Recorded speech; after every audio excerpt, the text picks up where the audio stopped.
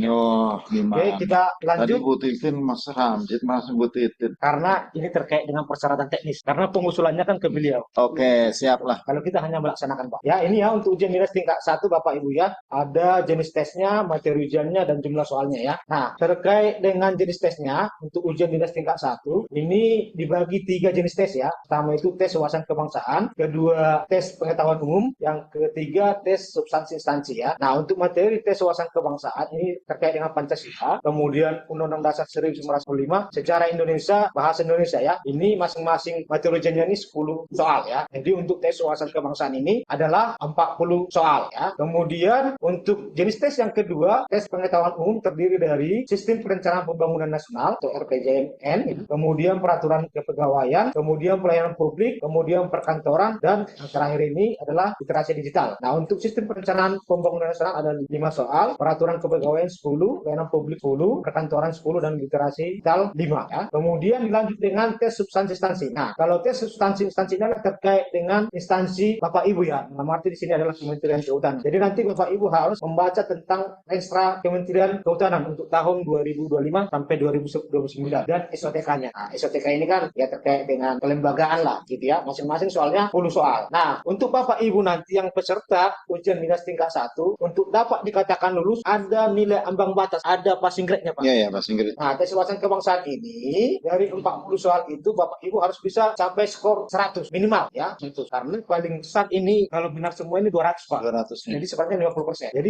kalau dapat 50% 100 sudah lulus TWK Pak. Nah, kemudian untuk tes pengetahuan umum ya ini ada passing grade-nya Pak 75. 75. Jadi 150 Ya. Kemudian untuk substansi instansi ini mungkin kebanggaan ya Bapak Ibu kalau nggak lulus ini tes substansi instansi ya ini 35. Nah, ini terkait dengan restra dan kelembagaan ya. Jadi apabila salah satu ini nanti tidak lulus ya ya udah tidak lulus Pak remedial. Media lagi. Ya, remedial. Oke, kita lanjut lagi ke ujian dinas tingkat 2. Nah, ujian dinas tingkat 2 ini Bapak Ibu kebanyakan kan ini adalah pejabat ya yang harus manajerialnya. Jadi nanti ada tambahan ya Bapak Ibu ya. Nah, untuk tes wawasan kebangsaannya sama dengan ujian dinas tingkat satu. Nah, untuk tes yang kedua, tes pengetahuan umum agak sedikit berbeda ya. Ini terdiri dari soalnya ini sistem perencanaan pembangunan nasional, peraturan kepegawaian, kemudian ada tata kelola pemerintahan yang baik atau good governance, kemudian ada kebijakan publik, ada pelayanan publik, dan literasi digital. Nah, terkait dengan tes pengetahuan umum ini jumlah soalnya 50 ya, jumlah soalnya 50. Kemudian ada tes pengetahuan manajerial ya, ini soal-soalnya terkait dengan manajemen ya, 10 soal. Kemudian tes substansi, ini tadi sudah saya sebutkan sama dengan ujian dinas tingkat 1 ya, ini terkait dengan instansi. Dalam arti di sini adalah Renstra Kementerian Kehutanan dan STK ya, masing-masing 20 soal. Nah, ini juga Bapak Ibu ada passing grade-nya. Nah, selain juga lulus passing grade, ada juga nilai bobot makalah 40% Pak. Jadi nilai CAT-nya ini hanya 60%, sedangkan nilai makalah bobotnya 40%. Nah, nanti akan dikonversi ya antara nilai CAT dengan nilai makalah itu harus bisa mencapai skor 70. Nah, itu ada ketentuannya Pak untuk Bapak Ibu ujian dinas tingkat 2. Karena ujian dinas tingkat 2 ini kebanyakan pesertanya ini kan adalah pejabat Pak.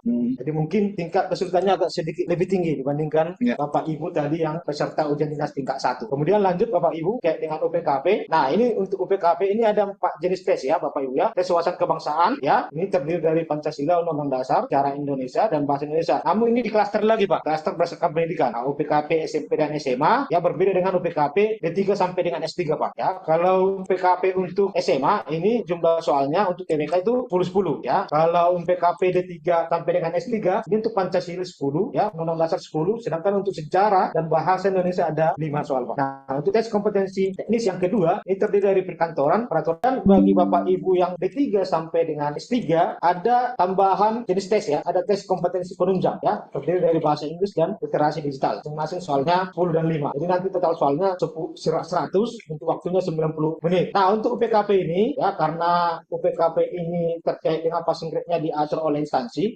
Jadi nanti instansi Pak yang memberikan passing grade-nya. Ya. Ya. Nah, ini ya ketentuan lainnya ya. Soal ujian dengan metode KPKM berbentuk tertulis berupa pilihan ganda ya. Kemudian penilaian ujian untuk satu jawaban benar 5, kalau salah 0 ya. Nah, untuk nilai ambang batas kelulusan UPKP ditetapkan oleh PPK instansi penyelenggara UPKP dan disampaikan kepada peserta sebelum pelaksanaan ujian ya. Untuk ujian dinas tingkat 2 tadi seperti yang saya sampaikan nilai akhir untuk ujian dinas tingkat 2 adalah 70. Di next Pak.